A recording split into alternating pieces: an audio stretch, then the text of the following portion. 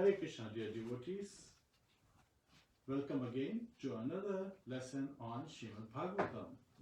So this is a beautiful lesson in Srimad Bhagavatam, 10th canto, chapter 51. The title is The Deliverance of Mucukunda. So a great soul, great personality who actually dedicated his life and then shows us by his own example how to surrender to Lord Krishna. So how to be completely dedicated in helping others, giving their life for the welfare of others. And we see many personalities like Mother Teresa, Srila Prabhupada, and so many others who have dedicated their life. And from their lives we learn the lesson as how to surrender to the Supreme Personality of Godhead, the Almighty God, Lord Shri Krishna. So please join us today in the study of this chapter and in Radha Madhav prayers. Hare Krishna.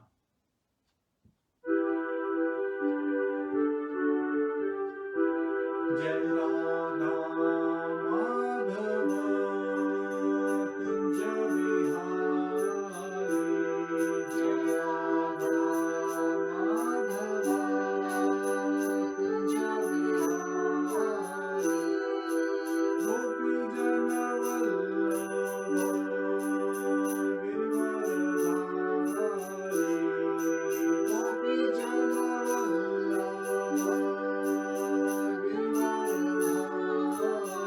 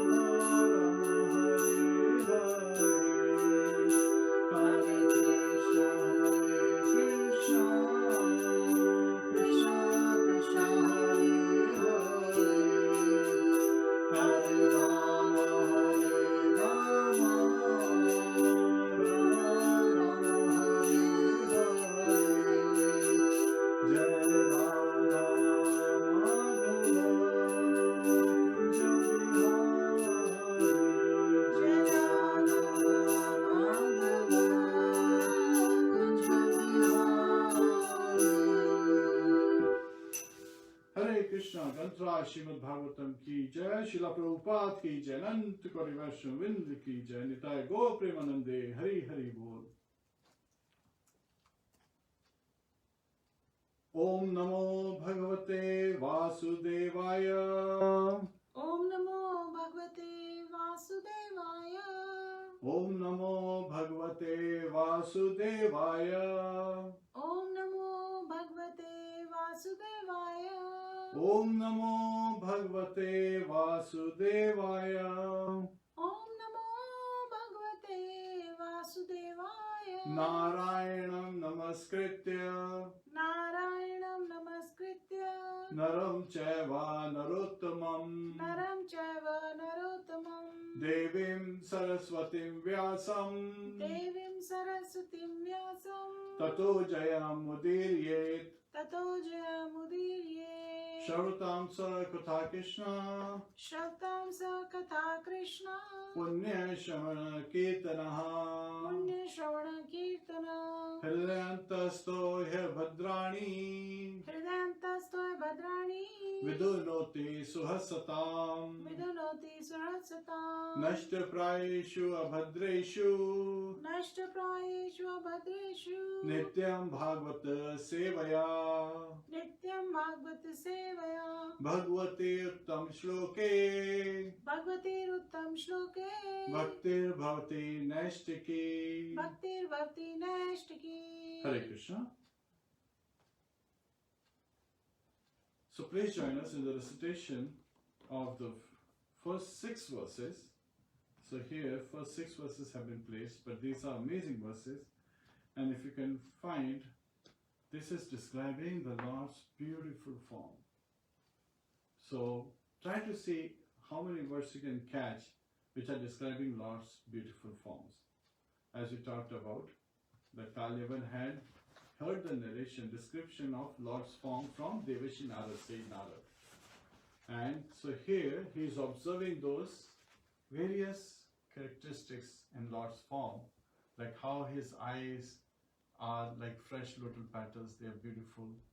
How he has the dark blue complexion like that of clouds. And how Lord Krishna is, has this beautiful, long arms and perfectly proportioned body, and he has very smiling, handsome personality, which mesmerizing, beautiful personality, and he has the Shivas in the middle of his chest and so forth, and the Kaustubhamani and his earrings and so forth. So please join us. Srimad Bhagavatam, 10th Canto, Chapter 51, verse 1 through 6. Shri Shuka Vacha Shri Shukuvacha Tam Vilokya Vinishkrantam Tam Vilokya Vinishkrantam Ujjihanami Vodupam Ujjahanam Vivodupam Darshaniyatmam Shamam Darshaniyatam Shyamam Pita Kausheya Vasasam Pita Kausheya Vasasam Shivasa Vakshasam Bhrajat Srivatsa Vakshasam Bhrajat Kaustubha Mukta Kandharam Kaustubha Mukta Kandharam Pratu Dirgha Chaturbahum Prithu Dirgha Chaturbahum Nava Kanjarunekshanam Nava Kanjaruneksharam Nitya Pramuditam Srimat Nitya Pramuditam Srimad Sukapolam Shuchismitam Sukapolam Shuchismitam Mukharavindam Vibharam Mukharavindam Vibhranam Spuran Makarakundalam Sfuran Makarakundalam Vasudevo Hyayamiti Vasudevo hi ayamiti Umana Shivatsalanchanaha Puman Shri Vatsalanchana Chaturbhujo Arvindaksho Chaturbhujo Aravindaksho Vanamalyati Sundaraha Vanamali Ati Sundara Lakshya Narada Prokte Lakshaner Narada Prokte Nanyo Bhavitum Arhati Nanyo Bhavitum Arhati Nirayudhaschalan Pradbhyam Nirayudas Chalan Padyam Yotse Anina Nirayudha Yotse Anena Nirayuda Iti Nishchitya Yavanaha Iti Nishchitya Yavana Pradvradatam Paranmukham Pradravaratam Paranmukham Anvadvavaj Jakshustam Anvadvat Jigrikshustam Durapam Api Yoginam Durapamapi Yoginam Shri Shuka Uvacha Shri Shukvacha Shukdev Goswami said Shukdev Goswami said Tam Tam him Vilokya Vilokya seeing Vinishkrantam Vinishkrantam coming out Ujjihanam Ujjihanam rising Iva Eva as if Urupam Urupam the moon Darshaniya Tamam Darshaniyatamam the most beautiful to behold Shamam dark blue Pita yellow Kausheya silk Vasasam whose garment Shrivatsa the mark of the goddess of fortune consisting of a special swirl of hair and belonging to the Supreme Lord alone. The mark of the goddess of fortune, consisting of a special swirl of hair and belonging to the Supreme Lord alone.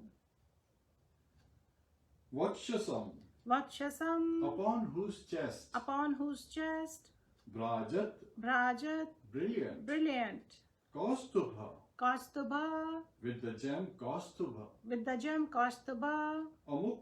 Amukta, decorated, Kandharam, whose neck, Prithu, broad, Dirgha, and long, Chatu, four, Bahum, having arms, Nava, newly grown, Kanja, like lotuses, Arun, pink, Ikshanam, whose eyes, Nitya, always, Pramuditam, joyful, Shrimat, effulgent, Su, beautiful, Kapolam, with cheeks, Shuchi, clean, Smitam, with a smile, Mukha, his face, Arvindam, lotus-like, Yeah. Vibranam, displaying, Spuran, glittering, Makara,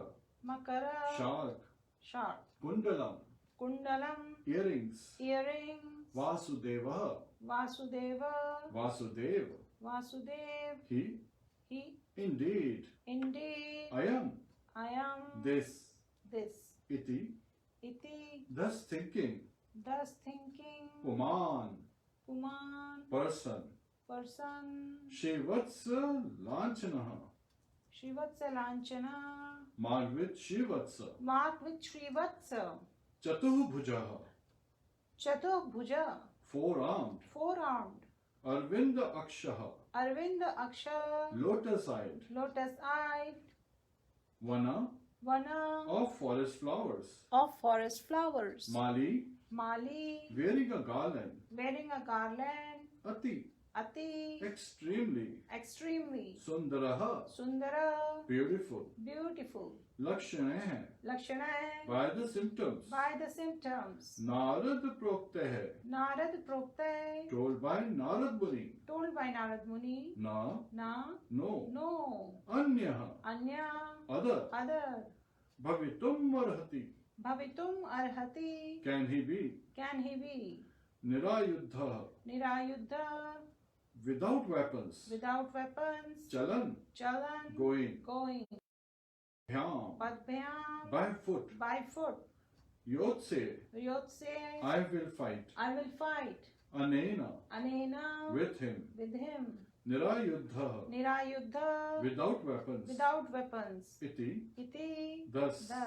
nishchitya, deciding, yavanaha, Yavana, the barbarian Kalyavan, the barbarian Kalyavan, pradravantam, Pradravantam, who was fleeing, parak, Parak, turned away, mukham, whose face, anvadhavat, he Anvadhavat, pursued, jigrakshu, Jigrakshu, wanting to catch, tam, him, durapam, Durapam, unattainable, unattainable, api, even, yoginam, by yoginam, mystic yogis. by mystic yogis.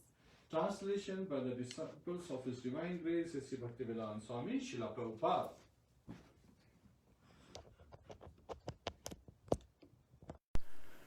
Shukdev Goswami said, Kalyavan saw the Lord come out from Mathura like the rising moon. The Lord was most beautiful to behold, with his dark blue complexion and yellow silk garment. Upon his chest he bore the mark of Shivatsa, and the Kaustuba gem adorned his neck. His forearms were sturdy and long. He displayed his ever joyful lotus-like face, with eyes pink like lotuses, beautifully effulgent cheeks, a pristine smile, and glittering shark-shaped earrings. The barbarian thought, this person must indeed be Vasudev, since he possesses the characteristics Narad mentioned. He is marked with Shivatsa, he has 4 arms, his eyes are like lotuses, he wears a garment of forest flowers, and he is extremely handsome. He cannot be anyone else. Since he goes on foot and unarmed, I will fight him without weapons. Resolving thus, he ran after the Lord, who turned his back and ran away.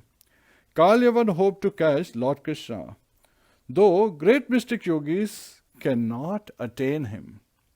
Purport: although Kalyavan was seeing Lord Krishna with his own eyes, he could not adequately appreciate the beautiful Lord. Thus, instead of worshipping Krishna, he attacked him. Similarly, it is not uncommon for modern man to attack Krishna in the name of philosophy, law and order, and even religion. Hare Krishna.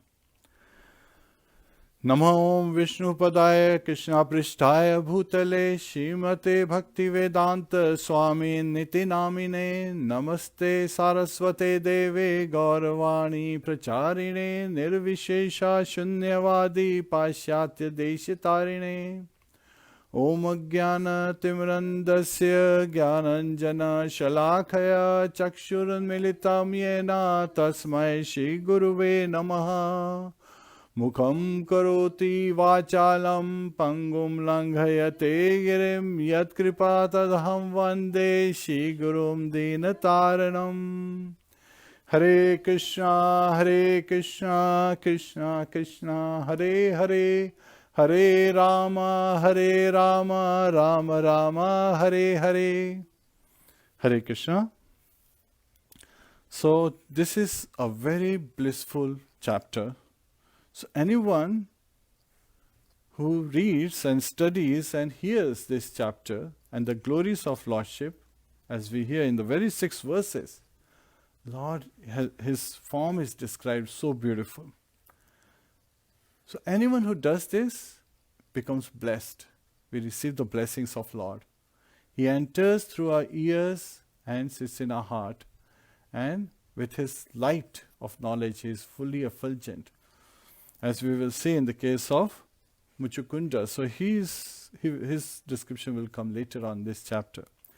But when you hear this, Kalyavan, this barbarian, he has brought 30 million barbaric soldiers. So again, sometimes in scriptures, different descriptions are given, right?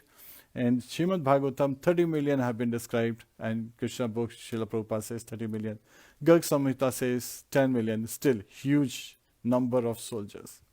So he has come and he has surrounded Mathura. And Lord Krishna, with Yog Maya, with his internal potency, he has, after having created Dwarka city, he has transferred all the residents of Mathura to Dwarka, right, during the night, in their sleep itself. And Lord Balaram is staying back in Mathura as protector of the city. So Dwarka is a province within Mathura. Now here Lord Krishna, he opens the door and he comes out of Mathura in his four-armed Vishnu form, Vishnu Murti form. And he's looking so attractive. And he is directly approaching. So he's coming. So Kalyavan is saying, Lord Krishna coming.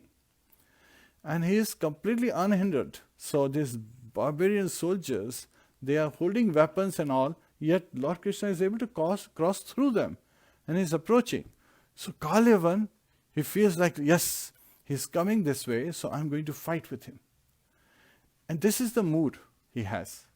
He is so much in gross ignorance that he is seeing the beautiful form of Lord Krishna with his own eyes, yet he cannot appreciate it.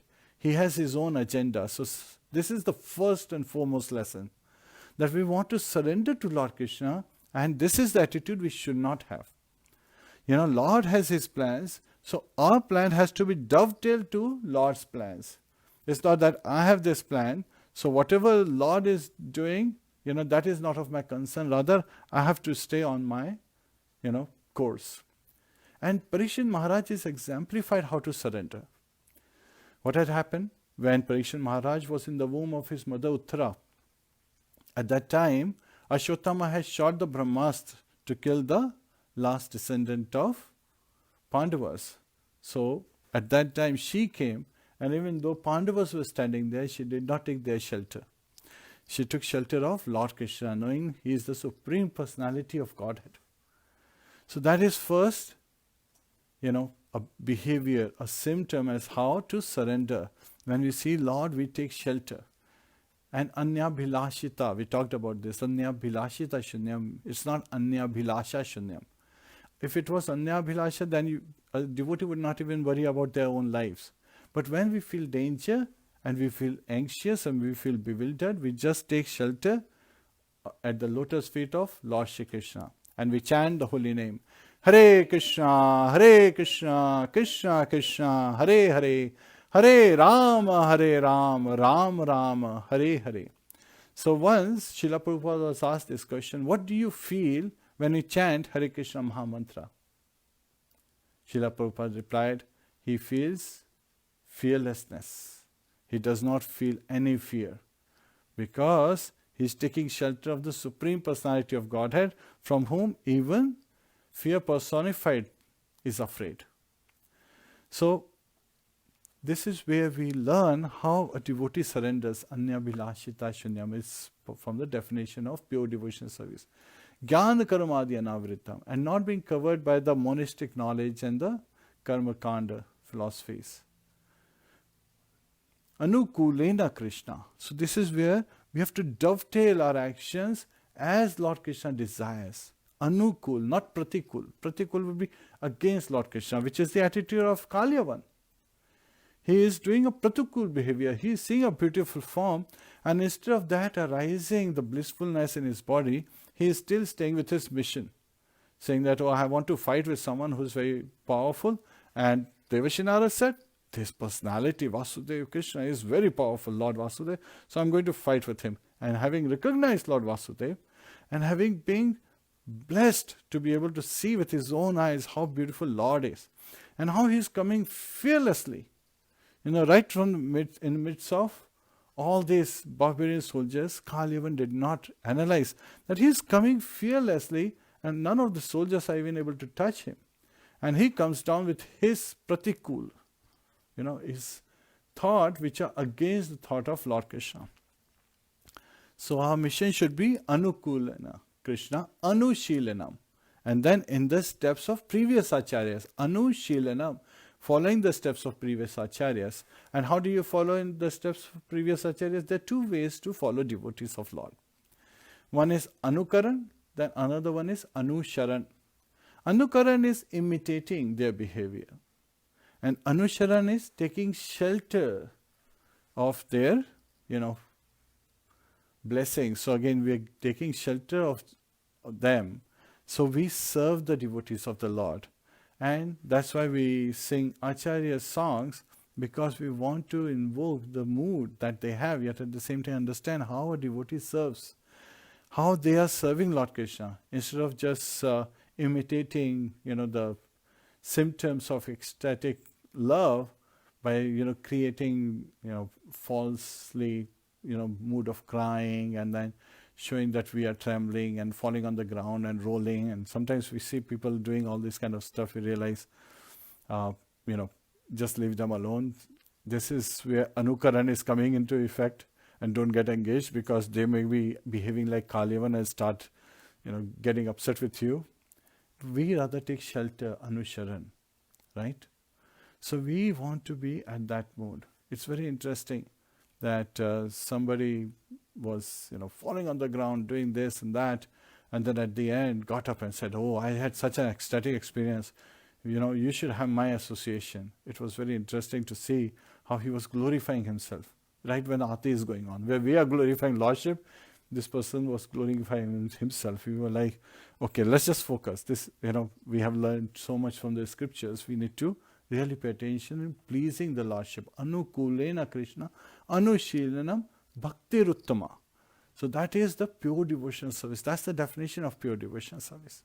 We have to be very, very careful and not even offend anyone. So that's why we ignored, instead of getting engaged that, please Prabhu, this and that. We just can. So this is where we are not careless, but we are carefree. A big difference in the attitude. Avadhuta, many times, Devashi Narad, Angira Rishi, Dattatreya, Lord Dattatreya, they have been identified as Avadhuta. Even Rishabdev, he is, incarnation of Supreme Personality of Godhead himself. He has been identified as Avadhuta, which just means that he is carefree from his surrounding. He is in his own world. Prahlad Maharaj. Sometimes he would cry, sometimes he would laugh, sometimes he would go in meditation and show ecstatic symptoms. So he is, experiencing this, being carefree. Carefree is also free of all fears. Now, one person, he came to Srila Prabhupada and said, "I'm fearless." Then Srila Prabhupada said, "Do you stop at the traffic light when it turns red, the traffic light?" He says, "Yep." Then Srila Prabhupada said, "That you fear? You're not fearless. You fear because if you don't stop, then either you're fearing that you'll get a ticket, or second, you're fearing that you may be in an accident." And the person just, was like, virtually, inside this conversation, defeated. And he was feeling like, okay, yeah, he proved me that I am fear. He did not think about it, that material energy is a place to be fearful. And that's why, to become fearless, devotees take shelter at the lotus feet of Lord Krishna, just by raising arms and chanting, Hare Krishna, Krishna Krishna, Hare Hare, Hare Ram, Ram Ram, Hare Hare. Now there is another very nice incident coming in the Shastra, in the scriptures, where a similar incident happened. Lord Buddha's pastime. So this is a very short pastime, where Angulimal was he was a young man, and because of his frustration, he decided to become a dacoit. And he became a dacoit to such an extent, such a barbaric. So again, he actually came to the level of Yavana, like Malecha, Chandal and Yavana. So he became a barbaric dacoit, and he would guard a specific path in the forest. So if anyone is coming, he would not just take their belongings, but he would kill them. And he would cut off their fingers to create a mala a necklace out of those. So that's why his name was called Anguli Mal. So his treasure was those fingers. And he used to have a farsa. Like the farmers, they cut the grass and grain and the crops with that farsa kind of, what do you call it in English? It's like a chopping thing to cut the plants, and so he used to use that to kill people and attack them. And once Lord Buddha, he comes to know of this Angulimala, and he decides to be merciful to Angulimala. So Lord Buddha, he sees Lord Buddha passing very nicely, in the jungle, on his path. And he's like, oh, somebody is here, let me attack and, get whatever I can get from this person. Now he's running after Lord Buddha. Lord Buddha is walking. He's continuing to run, and Lord Buddha is still walking and still out of his reach. Just one arm length away from his reach. And he is trying to attack, but then he wonders that I'm running and this person is walking. How is it that I'm not able to catch this person? Even he contemplates. Even he was given this intelligence by the Lordship that Lord Buddha, he's running, he's walking, and I'm running, but I can't catch him. And at that time he realized that this is a great personality. And so he surrendered immediately.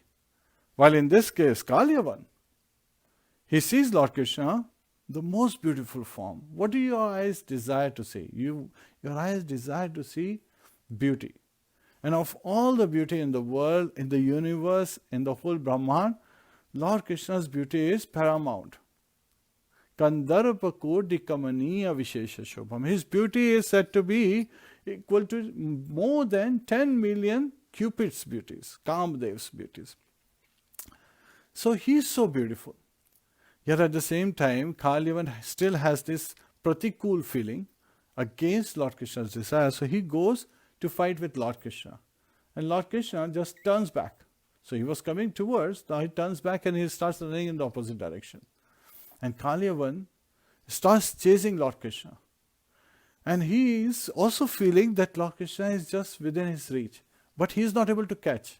And it's revealed by Shukdev Goswami to Parikshit Maharaj that Kalyavan is not able to reach Lord Vasudev because even great yogis who perform, great austerities, but they only have so much ability and they cannot attain, they cannot catch Lord Krishna. So how can Kalyavan catch? Who is a highly impious, sinful personality, really degraded in his outlook, in his mentality, in his way of thinking, in his way of behaving, and his way of treating others. So here, Kalyavan is running, Lord Krishna is walking fast, and then Lord Krishna is running. So it's very interestingly given that for many yoginas, for long distance, Lord Krishna is running in a specific direction, and Kalyavan is chasing him. Now Kalyavan doesn't have any weapons. So earlier we saw when Lord Krishna was barehanded, and he jumped onto the dais where Kansa was sitting. Kansa picked up his shield and sword to fight with Lord Krishna, who was not carrying any weapon. So this is where he was, not so glorious act of his was there, and Kansa was not, behaving like a Kshatriya. So in fear, people behave very differently. So this is what happens with anxiety. When people becomes bewildered, they become bewildered, they panic, they get anxiety, they have a crisis in their life, and they don't know how to behave. Now that is a perfect time to pick up your japmala and start chanting Hare Krishna, Krishna Krishna, Hare Hare, Hare Ram, Ram Ram, Hare Hare. And it is said that you can pick up any of the scriptures like Bhagavad Gita, Srimad Bhagavatam, Chaitanya Charitamrita, and read it. Bhagavad Gita is especially for the new people because it is it is our manual, the manual for our life, what we have to do in our life. So open any page and start reading, and you will find an indication coming from Krishna, but you have to open your heart, not just open the book. Open your heart, open your eyes, and read it. Understand what it means, because this is transcendental literature. These are transcendental scriptures. So they reveal to us the transcendental knowledge, and understanding this knowledge, we become fearless, and we get proper direction for our life. So here, Kalyavan is chasing Lord Krishna, and Lord Krishna enters a cave. And when Lord Krishna enters a cave, Kalyavan comes behind, chasing Lord Krishna, and he enters the cave as well. And what does he see? That there is a man, lying and sleeping. So Kalyavan, thinking that Lord Vasudeva is trying to avoid fighting with me. So he's thinking that this person Vasudeva, he's showing as if he's lying. And in other scriptures nicely given that when Lord Krishna entered in his four-arm form, he used his the cloth, the golden garment on his shoulder, he used that to cover the person who was sleeping, and then he went further in, hiding behind, So at that time, Kalyavan comes, and his anger that this person is trying to avoid fighting with me, because what he came down to doing was not just running behind, but he started rebuking Lord Krishna. Lord Krishna completely avoided him. So that is another behavior. When someone acts, inappropriately, doesn't follow the basic etiquettes, then we should just, ignore them. That's another lesson. Lord Krishna is teaching us that Kalyavan was calling him different names. He was saying, you're born in the Yadu dynasty, you should not be running. And then he was rebuking, he was calling him names. And we have talked about this in the past, so many classes, that calling names destroys any relationship. So Kalyavan, he is so degraded that he is calling out names, various bad names. And then when he comes in, he is showing his anger that this person is trying to avoid fight. If somebody doesn't want to fight, why do you want to fight? That's not a Kshatriya code. That's not a code of a fighter, of a good fighter, of a true fighter. So if somebody doesn't want to fight with you, you should not fight with them. You should let it be. A Kshatriya would fight with you, yes. But again, this is where people get confused. They say, well, Lord Vasudeva was born as a Kshatriya. Lord is transcendental to the material modes of nature. He is absolute truth. So, he is born as son of Vasudeva, and Vasudeva is a Kshatriya, so Lord Vasudeva appears as a Kshatriya. Yet at the same time, if somebody doesn't want to fight with you, you should not fight with them. Yet at the same time, this person is saying, oh, Vasudeva is trying to avoid fighting with me. So he becomes angry and he kicks this man who was sleeping. And the man who was sleeping suddenly wakes up because he got a really bad hard kick from Kalyavan, this barbarian. And he got up, he started looking. He's like looking, who was it who kicked me? And suddenly he sees Kalyavan nearby. And he looks at him with anger because he was, his sleep was interrupted. And he was nicely sleeping, but he was interrupted in his sleep. So he looks in anger. And the fire emanates from his eyes, the rays of fire, and burns Kalyavan instantly and turns him into ashes. And this person is now awake. He is wondering, what just happened? Why did this person come and kick me so hard? And of course, the person, Kalyavan, is dead. He's been turned into ashes. And at that time, Parikshit Maharaj inquires from Shukdev Goswami. He's like, who is this person? Whose family does he belong to?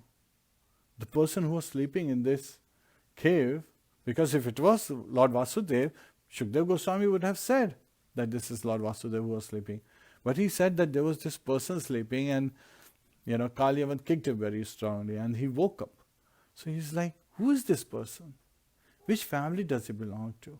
Where did he get such a mystic power to be able to just burn someone with their glance in anger? And, whose son is he? So at that time, Shukdev Goswami reveals who's this personality. This personality is Mucukunda. He is son of Mandhata. And Mandhata was in Satyuga. So he had been sleeping all the way from Satyuga to Treta Yuga to Dwapara Yuga. Now, why would somebody sleep for so long? That would be another concern, right? And so that is what Shukdev Goswami reveals. But one of the most important things he is revealing is the behavior of Mucukunda, that he is sleeping for so long, which is the case of us living entities. When we are born in this material world, we immediately associate with the body. And we see that, okay, as babies, when we are born, the first affection we get is with our parents. And then it expands to the next level with our siblings. They are my loved ones. And then it grows to the family, and then to the kutum, relatives, and the neighbor, the neighborhood. That's how people associate. So when we go on a travel and suddenly we see someone from the same city as ours, then we immediately become friends, right? Because we can relate to things that we have seen together in that city. So this is a general attitude, which comes because of the association of the body thinking, that we have had similar experiences, we have had similar life, and we have seen similar things. So birds of same feather fly together. So that is something very evident. So as conditioned souls, we tend to look in this manner. Yet as spirit soul, we look at everyone saying, Jivera Sarupoya Krishna Nityadas. So a living entity is an eternal servant of Lord Krishna. Srila Prabhupada was asked this question many times.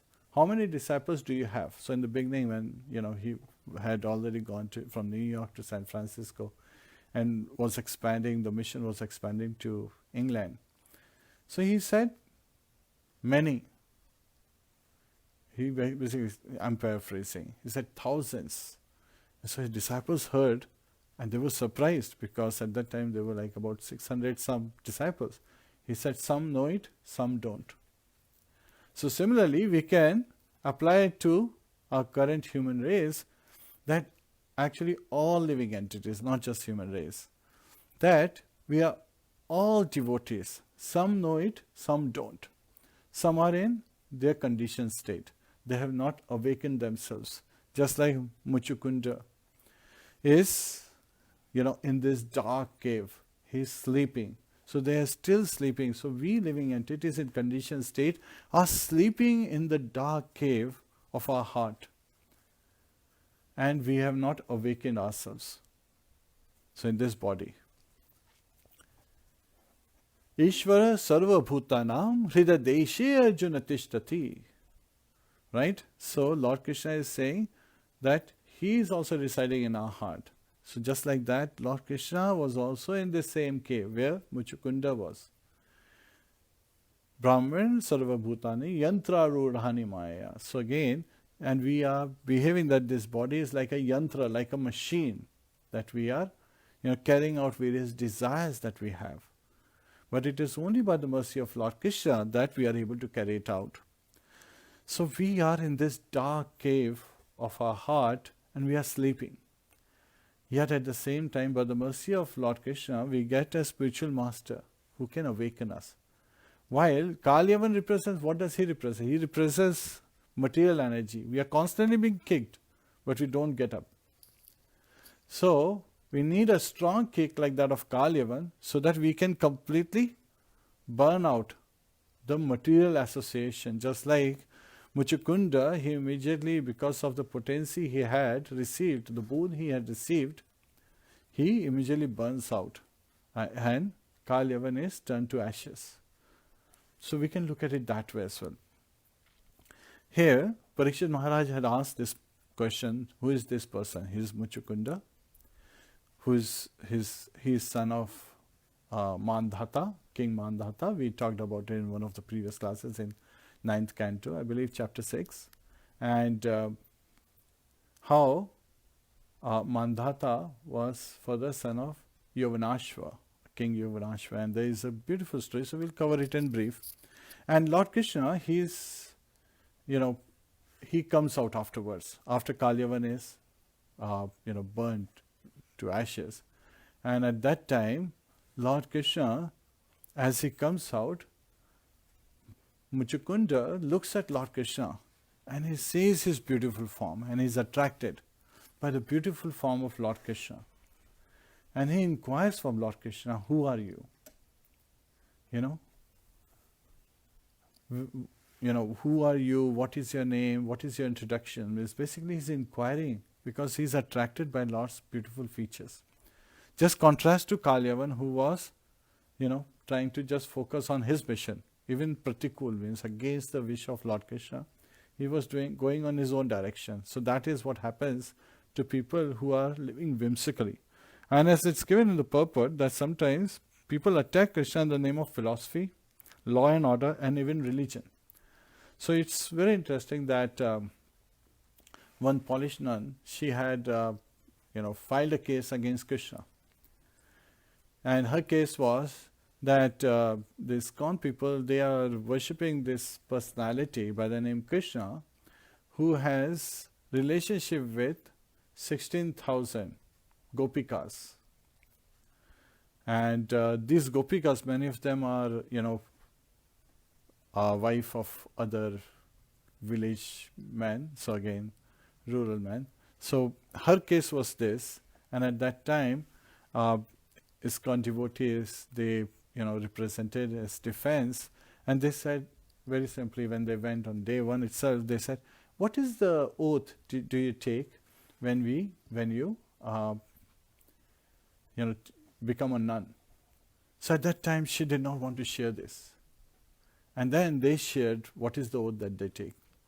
So she was complaining. She had filed the case against Lord Krishna that he has more than 16,000 wives, and they are saying, okay, the oath. So they read out the oath that a nun takes, a Polish nun takes before she gets admission as a nun. She's taken in as a nun. And it basically says that she is, accepting Lord Jesus to be her husband. So with that particular perspective, the case was finished right then and there, because they said, who is more immoral? Because if you see from this perspective, there are over 1 million nuns who have taken this oath that they accept Lord Jesus to be their husband, while Krishna only has 16,000 wives. And the case was dismissed. So people sometimes they attack Krishna for no reason. There are people who are Maya Pratyana. So we also talked about the 4 kind of people who don't surrender to Krishna. Namam dushkritino mudha prapadyante naradhama maya pratyana suri bhavam ashrita. Namam dushkritino mudha. Lord Krishna is revealing to Arjuna that this, dushkritino, these miscreants, they are like fools. So the first category is that people who are like fools, who are just living and surviving and working very hard just like asses to eat, sleep, mate, defend. Then the second category is Naradhama, the most fallen of all humankind. So in 8.4 million species, there are 4 lakhs species which are human categories. So within human categories, there are 4 lakh varieties. And the ones that are most fallen, like Kalyavan, they are the most fallen. So they don't surrender to Lord Krishna. As we see, Kalyavan doesn't surrender. He wants to fight with Lord Krishna. Pratikul behavior, against the desired behavior. Maya Prata. So the third category is scholarly people who have become great scholars, doctors, engineers, whose intelligence has been stolen away, the scientists, by material energy. So they are bewildered and they are not surrendering to Lord Krishna. So this is telling us how to surrender to Lord Krishna, but we also need to understand what kind of category of people don't surrender. So if we have any of those symptoms, we need to correct them. And Asurim Bhava Ashrita, the fourth category is the most dangerous. Asuri Bhava, demonic mentality. A demonic person, as is explained in chapter 16 of Bhagavad Gita, thinks that I am so and so. So we talked about Aham Mameti in our previous class. So I am such a great personality, I have such a great position, name, fame, glories and prestige. That's what they live for. And they are thinking that I have defeated my enemy. Today I have become such and such, tomorrow I will become even better.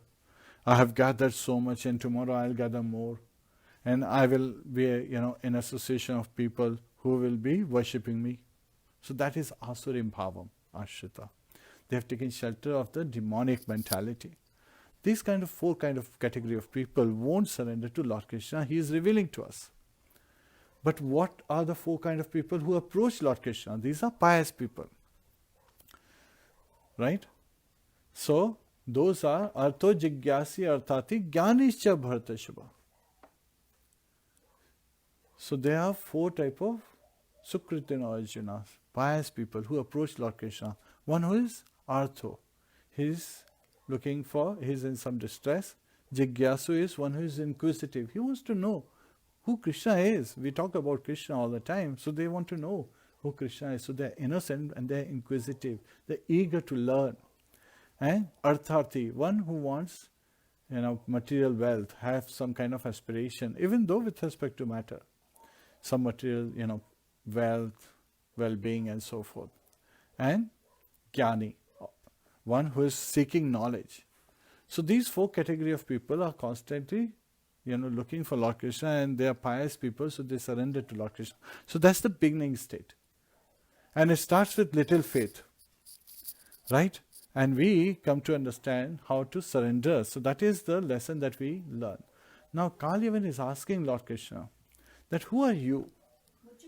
Oh, sorry, not Kalyavan, Mucukunda. Yes, sorry. Kalyavan is the principal, he's dead. He has been turned into ashes.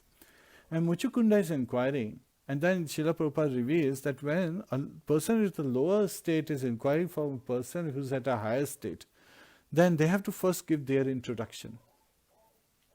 And devotees understand this principle very well. They basically approach someone and they introduce themselves very well. So they always take the lower position. Why? Why do devotees take lower position and not fear that they will be exploited when they take lower position? Because Chaitanya Mahaprabhu gave us this instruction. Amanina manadena kirtaniya sadahari. Right? So, we should not expect respect for ourselves, but we should give all respects to others. And we should be more humbler than grass and more tolerant than the tree. So that is the mood of a devotee. Tranadapi shunichena tarurapi shahishnuna amanina manadena kirtaniya sadahari. So, be more humble than the grass. So that is the mood. So we always say, Hare Krishna Prabhu, my name is Jiva Tattva. Very nice that you came to the temple today. What is your nice name? Where are you traveling from? Where are you coming from? What is your plan for next few days? Are you going to stay with us for a little longer? This is how, we want to welcome others. How can I serve you? So that is the mood of a devotee when they see another devotee. Or even an innocent person, when we go out for book distribution, we take the books and then, this is Vaisheshika Prabhu. He teaches us very nicely how to do book distribution. He says you actually have an antenna and you use that very effectively. Just when people are approaching, you first smile at them and say hi. And if they smile back, that means their heart is somewhat open. And there is an opportunity for them to take to Krishna consciousness. And at that time you ask them, how are you doing? Is everything going well? You look very happy. In such a beautiful day, you are coming and it's very nice to see, you make us very jubilant. And would you like to know something that we are, showing others? And then you just hand them the book. And the nature of hands is to accept. The nature of mind is to accept and reject. So the mind immediately decides either to accept or reject. And if they are already in the yes mode, then they take to it. And these are Jana Sukritin Arjuna. These are pious souls. These are the souls who understand they have been, given this light from inside their heart. Tesham evanukam partham aham ajnana jamtamaha nashyam atma bhavasto jnana deepena bhagavata. So again, Lord Krishna is revealing in the 10th chapter, this is the last verse of the Chaturshloki Bhagavad Gita, where he is saying that tesham evanukam partham, being compassionate towards the living entity. He, removes with the light of knowledge the darkness of our heart. Aham ajnanam jam tamaha. So he destroys the darkness of knowledge with darkness of ignorance with the light of knowledge. So these people, they are innocent and they are pious souls, and they immediately take to Krishna consciousness. They are just eager, they are just ready. So it's like, Srila Prabhupada used to give this example that fire is hidden inside the wood. And as soon as you touch the match, it catches fire. So wood has to be dry, not wet, and it has to be ready in that state, willing to take on. So this is like, these are the pious souls whose hearts are open, and they immediately take to Lord Krishna's, Krishna consciousness, and they take to serving Lord Krishna right away. So as soon as you hand them the books and you talk about it, they immediately take it. Now what is the case of people who are heavy? Like, if you see a wood that is heavy, sometimes because it's containing too much water. And that stops, it causes more smoke and less fire, and sometimes no fire. It takes a long time for the fire to really ignite. So some people are like that. As soon as you hand them Bhagavad Gita, they say, no, I know Bhagavad Gita. So you ask them, you know Bhagavad Gita? Please share something that you would like to, if from what you know about Bhagavad Gita. They say, no, I know Bhagavad Gita. It is the book, right? And Bhagavad Gita was spoken by Lord Krishna, and that was meant for Arjuna. I have my own life and I have my own purpose. And when there will be a time, Lord Krishna will come and he'll speak to me. So this is how they sometimes behave in arrogance. Yet at the same time, we understand we don't want to disturb them. Yasmano dvijite loko lokano dvijite chayaha harshamayesh bhayo dvege yukta samach chame priya. So Lord Krishna is revealing that a devotee does not disturb others and does not get disturbed by others. So that is our attitude. We are carefree, we don't want to disturb them. We want to continue to look for the next person. So that's one way we see when we go out on book distribution, how to seek out surrendered souls, pious souls who are ready to take to Krishna consciousness. And one of my god brothers, he gives a very nice example that when you are in a war, right? Because when we are preaching Lord Krishna's message and carrying out the service, then we are basically in a war against Maya, Srila Prabhupada said. And there is a concept of weekend warriors, right? People would go out on weekends to do book distribution, Harinam, in the towns, areas, various places, along with other devotees. Yet at the same time, we have actually declared war against Maya, material energy, when we are preaching Krishna's, the science of self-realization, provided to us by His Divine Grace A.C. Bhaktivedanta Swami Srila Prabhupada. So when we are going in that mood, we have to be very careful in our dealings with others. And yet at the same time, we, at a war, if some of your soldiers from your own side, some of your friends who are injured, then who would you save them first? So that is a question being given. So the puzzle is, one of your friend, one of the soldiers on your side is injured fatally and he's going to die in next few minutes. Another one is less injured. Who would you save the most? So the answer given is the one who's less injured. Why? Because if you take this person back, then they have a chance of surviving. And if given a chance, you will come up for the one who is more injured. But if you try to take the person who is more injured, he may die on the way, and the person who is less injured may bleed so much that he will come to the state of more injured, and then you cannot save either of them. So the strategy is, when we go out, we want to find innocent people, people who are, willing to take to Krishna consciousness, and not people who are, antagonistic, and they are saying, no, I know Lord Krishna. He spoke Bhagavad Gita to Arjuna, and they are not understanding the message of Lord Krishna. That when one takes shelter of Lord Krishna, when one discusses His name, form, activities, pastimes, remembering them as we are discussing, we are deriving great satisfaction and experiencing transcendental bliss. Tushyanti cha ramanti cha. So that is what is happening. And with the knowledge, the light of knowledge, the darkness of our heart, the ignorance, is driven away. So just like that, when Lord Krishna comes in front of Mucukunda, he observes that Lord Krishna's body is very effulgent, and he's asking who you are. But then he introduces himself, who he is. And he is identifying that he is son of King Mandhata, who was in Satyuga, who was son of Yavanashva, King Yavanashva. Now King Yavanashva was very famous. And his brief history is that he had 100 wives, but he did not have a son. So once he went to the forest, he was really frustrated that he does not have a son. He has 100 wives, but no son. So at that time, sages in the forest, having mercy on him, they performed Indra Yagya on his behalf. And they kept some water in a pot that would be given to the queen after the yagya is over. So they were very tired after a whole day of yagya, and they went to sleep. And at night, King Yavanashva, he woke up and he was very thirsty. And he came to the sacrificial arena, he saw the pot carrying water, so he drank that water. Now in the morning when the sages woke up, they said, "Oh, pot is empty, who drank the water?" And it was revealed that King Yavanashva drank the water. So they said, "Oh, alas, what a, it's all by providence, it's all by Lord's arrangement that this has happened." So now Yavanashva, he becomes pregnant because of the influence of that water from Indra Yagya. And from the right part of his abdomen, he gives birth to a child, a son. And this son who is born, he is crying incessantly.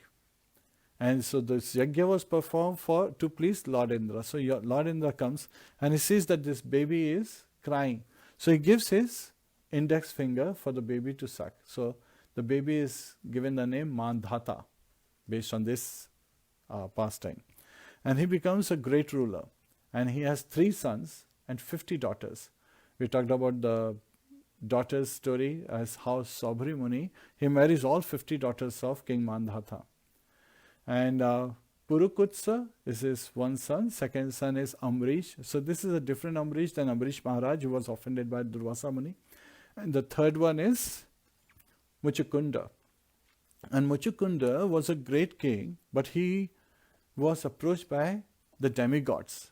And demigods, as we understand, are devotees of Lord Krishna. So they are constantly devoted in serving Lord Krishna. So they approached and said that, "Mucukunda, you are a very powerful king. And we are constantly attacked and tormented by the asuras, the demons. So please help us in our fight with these demons." So Mucukunda becomes a general in their army. And he is leading the demigods in this fight because he's a great general. So he helps them win after, battles after battles, and demons are destroyed and they are defeated. So at that time, Kartikeya, he is taken on as a new general, and Mucukunda has been asked to retire, but he's very tired. And Kartikeya comes to him and says, "Mucukunda, King Mucukunda, you gave up your kingdom, you even gave up your wife and your children, and you dedicated your life in fighting, because in heavenly planets, one day is equal to 6 months on earthly planet." So you can imagine if he was fighting for many, many years there, how many years, so much time would have passed on earth. So how it became from Satyuga to Treta Yuga means you don't know, but for many years he had been fighting. So he was very tired, and at that time when Kartikeya revealed to him that, "Please ask for a boon, except for liberation, we would like to bestow whatever boon you ask for." So Mucukunda, he is a soul surrender to Lord Krishna. And the reason he performed is that he was serving devotees of Lord Krishna. So that was his mood, in surrendered mood. So he was cool, but because of this great war and engaging as a general of demigods, he was really tired. So at that time he asks that he would like to get a boon so that he can have a nice sleep and completely become, rid of this fatigue that's coming on him. His limbs are in pain. And he says, "If anybody disturbs me, then I would be able to burn them. So give me the boon that if anybody disturbs me in my sleep, I'll burn them with my sight in anger." So Kartikeya gives him this boon. And then Mucukunda came to this river this cave in the mountain, and he slept there. And now Lord Krishna wanted to bless Mucukunda. So that was his purpose. So here, Lord Krishna, he reveals, so now Mucukunda, after giving his introduction, asks Lord Krishna, who are you? Please reveal yourself to me. You are so effulgent. He's even expressing that Lord is so effulgent that he's not able to see Lordship properly. He's not able to see the beautiful form of Lord Krishna. So Lord Krishna shows him his forearm form, the Vishnu Murti form. So Lord Vasudeva is showing him. And then he is explaining to Mucukunda, responding to his questions in a very sweet, melodious voice. He's saying that, actually I have taken many, many births.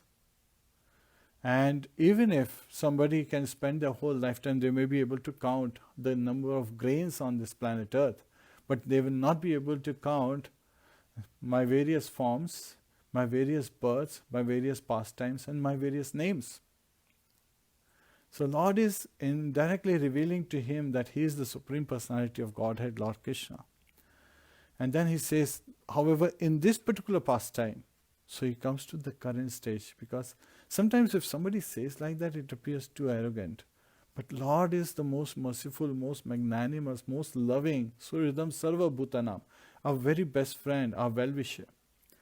So he is revealing to Mucukunda that in this pastime, I am known as Vasudev. Why? Because my father's name is Vasudev. So son of Vasudev is Vasudev. So that's also one meaning of Vasudev. And he's also revealing his purpose. What is his mission? That his mission is to relieve the earth of the burden. And the burden is that of demoniac kings. Burden is not because of the population. So sometimes people are, they misunderstand that the burden of earth is because there is so much population. No, that is not. Earth can bear the weight of 1 million people, but she cannot bear the weight of a liar. So that is given in the Shastras. So it is very important for us to understand that we should be carrying the burden and helping Mother Earth instead of becoming a burden on Mother Earth. Right? We should be carrying out our duties religiously with proper mindset, with keeping Lord Krishna in the center. So here Lord Krishna is revealing that actually I wanted to bestow my mercy on you. And when Mucukunda, he understands, and again in other Shastras it's revealed, that Mucukunda had asked for the sleep because he wanted to see what next service he can perform. But to be able to perform next service, it's important to have proper rest. And Lord Krishna reveals in Bhagavad Gita that one who is engaged as a yogi, as a mystic, should take proper meal, right? And should take proper rest and should have a regulated life. Sometimes people say having a habit is a bad habit. Well, that's not true. If you have a good disciplined life and you make it regulated, then it's actually a very good thing for you, because it becomes second nature. You don't have to think about it. You become consciousness of the various activities you engage in.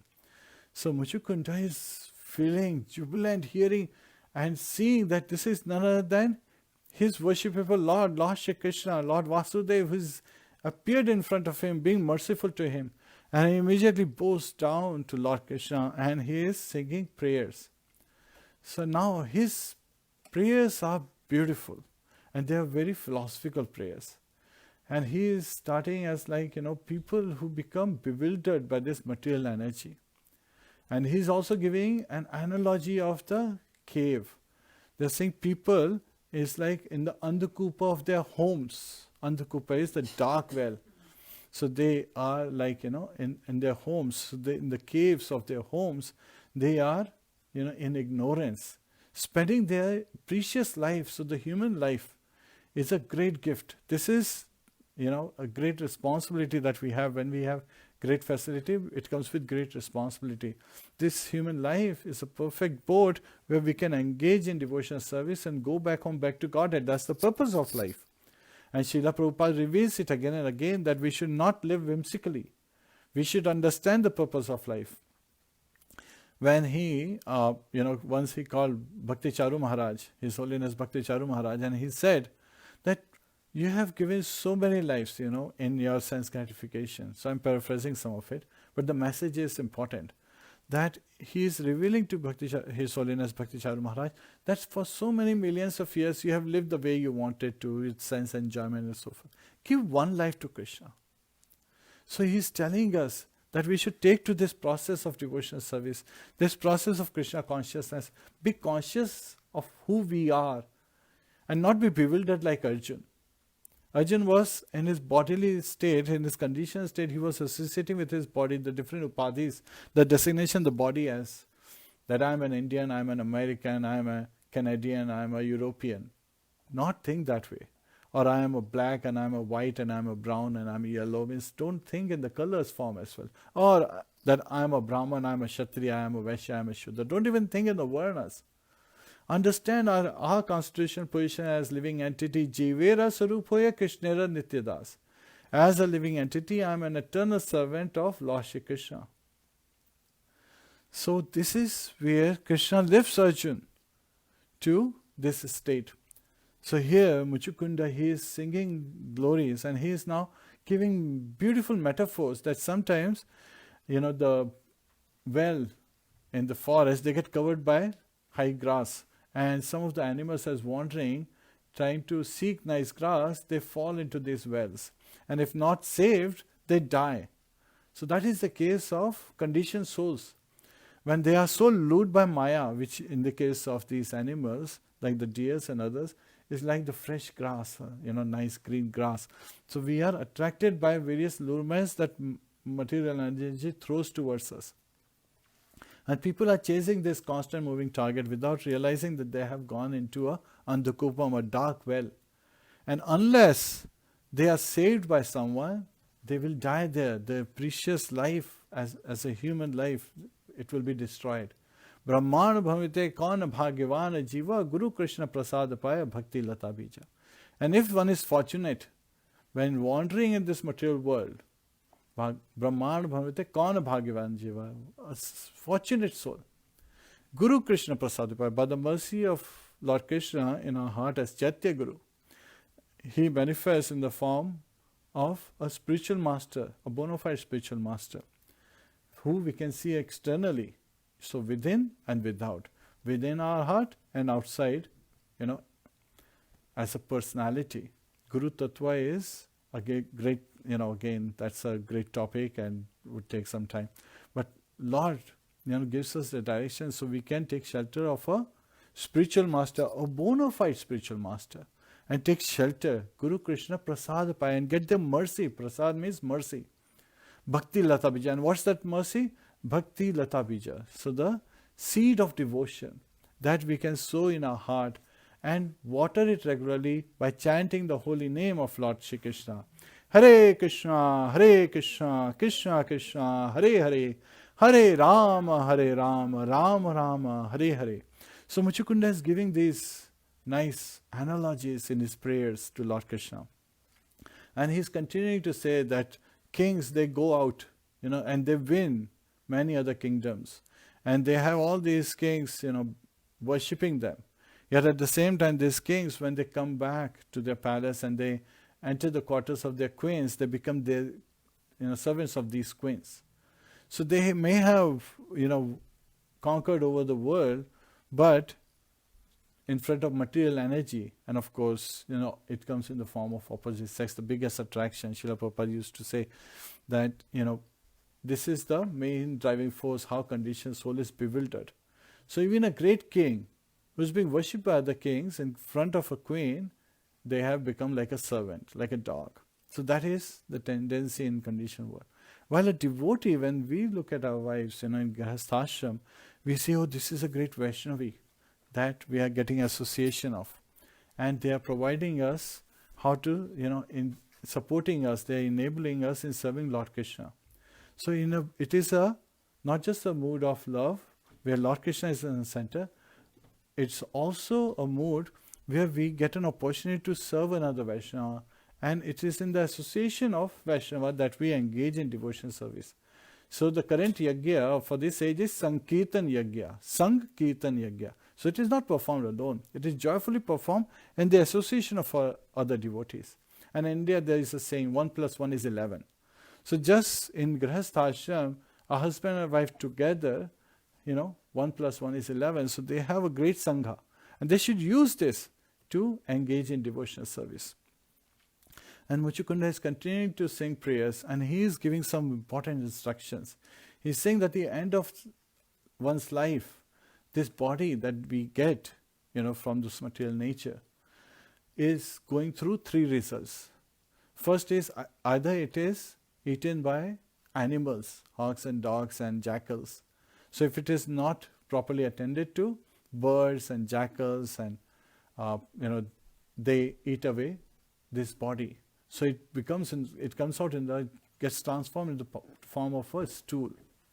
So he's saying the body gets transformed into stool. So that's what he's meaning, that when vultures eat the body and an unattended, ignored body out there, and hogs and dogs, they eat it away and it turns into stool. So that is the destination of the body. The other destination of the soul, because soul continues to go from one body to another. And if it is cremated, if it's burned on a pyre, then it turns into ashes.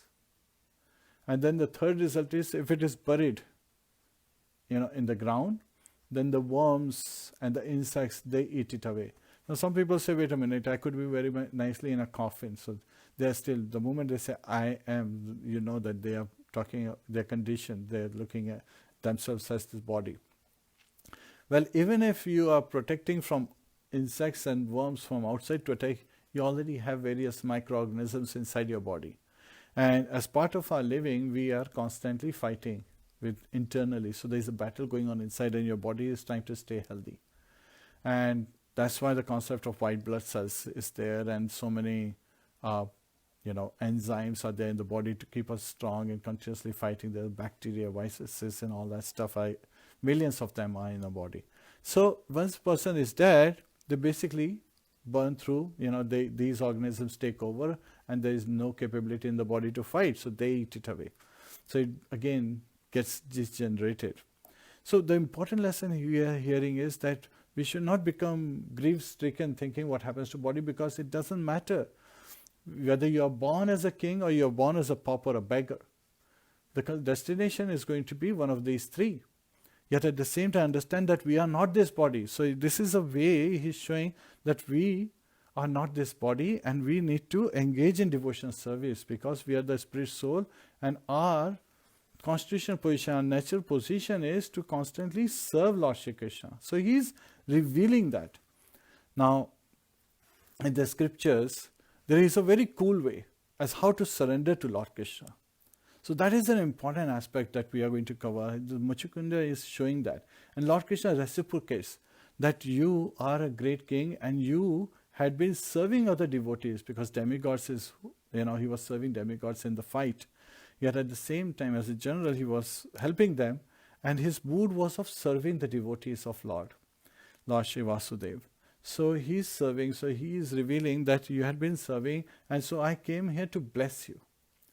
And you should, and you will be, so he's giving him various blessings. So Lord Vasudeva is revealing to him that Mucukunda will constantly remember Lord Vasudeva, and he will constantly be able to meditate on Lord Vasudeva. And then he reveals that Mucukunda should go to Badrika Ashram, and he should live. So he should engage in austerity and penances, because as a king, he has performed many sins. So as a Kshatriya, the kings would go out in the forest and they would practice their skill of fighting. And so they kill animals. And this incurs sins. So to be able to counteract the sins. So he is saying that you should go and perform austerities at Badrika Ashram. So Mucukunda takes that message to heart. And he is bestowed with it very strongly. And he follows it. So Lord Krishna blessing him, he leaves, giving him the instructions. So we get various instructions. Sometimes the instructions may be very difficult, but we should understand that just by getting the instructions, we should try to carry it out to the best of our ability. And Mucukunda becomes a great personality and a really cool personality. So he's following a very cool mantra. So there is a very nice verse, and Bhaktivinoda Thakur has given an elaborate commentary on this particular verse. So if you want to be cool, you want to know about this verse and you want to follow this verse. So the cool verse is Anukulyasya sankalpaha pratikulyasya vivarjanam rakshishyati te vishvaso gopatitre varnam tatha atmanikshepa karpane shadvidha sharanagatihi. So sharanagatihi. So when people say Godspeed, right? This is another way of saying sharanagati. Gati means the speed, how you take to that process and, follow through. And Sharan is taking shelter. So how we take shelter of the lotus feet of Lord Shri Krishna. So there are 6 limbs to this process, to taking shelter of the lotus feet of Lord Shri Krishna. Anukulyasya sankalpa. Accepting everything that is, in favor of our devotional service. Pratikulyasya vivarjanam. And rejecting everything that is unfavorable to our devotional service. So that is very important for one to understand, that everything that is favorable is accepted and everything that is unfavorable is rejected. Rakshishyati iti vishvaso. And having this vishwas, having this strong faith, having this strong assurance that Lord will provide all protection, that Lord Krishna will provide all protection. Goputritve varnam tatha. And accepting the lordship, the surrendering fully to Lord Shri Krishna. So that Lord Krishna will grant his protection and embracing Lord Krishna's guardianship. Goputritve varnam tatha. Atma nikshepa karpane. So fully surrendering to Lord Krishna's, will. So surrendering oneself. So we were discussing that how Parikshit Maharaj, he surrendered to Lord Krishna's will, anukule, as Lord Krishna desired. So when he was in his mother's womb and she took shelter of Lord Krishna entered her womb, and he protected, inside he was encircling the Kaumuduki mace, his gada, very strongly, while outside Sudarshan was protecting her womb. So that the heat doesn't reach Parikshit Maharaj in the womb. So that's why his another name is Vishnu Rat, one who was protected by Lord Krishna. Now somebody could say, but at this particular time, Shukdev Goswami is speaking to Parikshit Maharaj, and Parikshit Maharaj is fasting for 7 days, 7 nights until death. So why is Lord Krishna allowing Parikshit Maharaj to die? Well, Lord Krishna is allowing Parikshit Maharaj, and Parikshit Maharaj is accepting it as part of his service to, hear Srimad Bhagavatam, so that Srimad Bhagavatam can be born. So he is anukulyasya sankalpa. He is not opposing Lord Krishna. He is following through. He is following through with Lord's desires. It is Lord's desire that this time Parikshit Maharaj should die and Srimad Bhagavatam be born, so that Srimad Bhagavatam becomes a boon, just like a sun that rises in the east. So in this Kali age, Srimad Bhagavatam is like the sun when Lord Krishna has left for his abode and gives us the shine of knowledge, so that we can follow the light of Lord, follow by studying the scriptures, by following the instructions, by following in the footsteps of the great devotees of the Lord and the various acharyas, as they have revealed to us, as Srila Prabhupada has revealed to us, as his disciples have revealed to us, the inner meaning.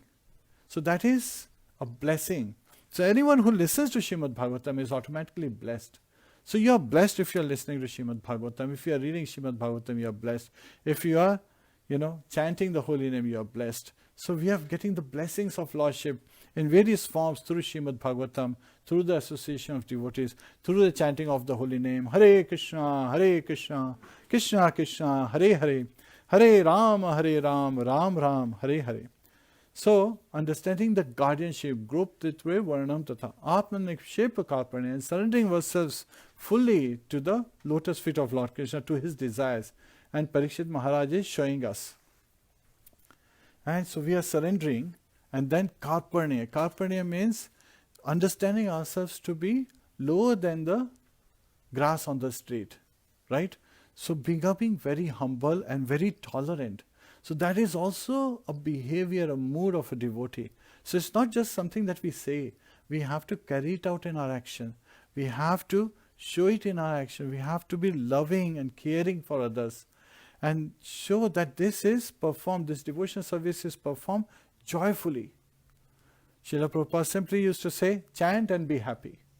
So that is the mood a devotee has, that we constantly want to perform service, and understanding that to be able to perform service eternally, constantly, one has to be in the right mood.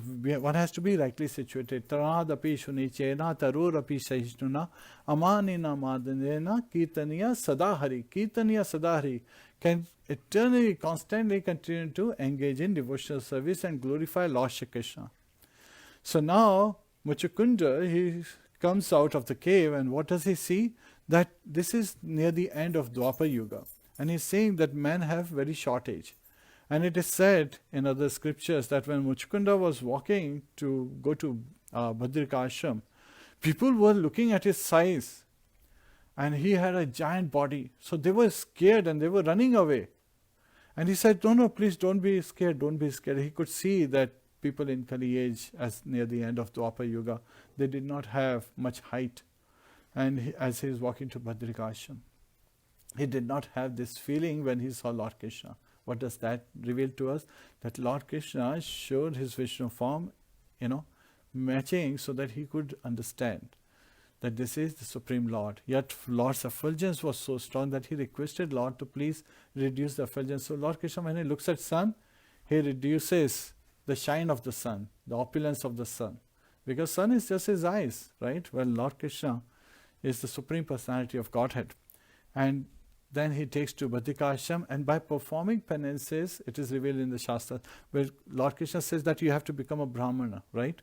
And perform austerities as a Brahman. So sometimes it is misinterpreted that he had to take another birth as a Brahman and then live that life. No. Just by one's varnas get modified when one engages in activities accordingly to the different modes of material nature and develops those qualities.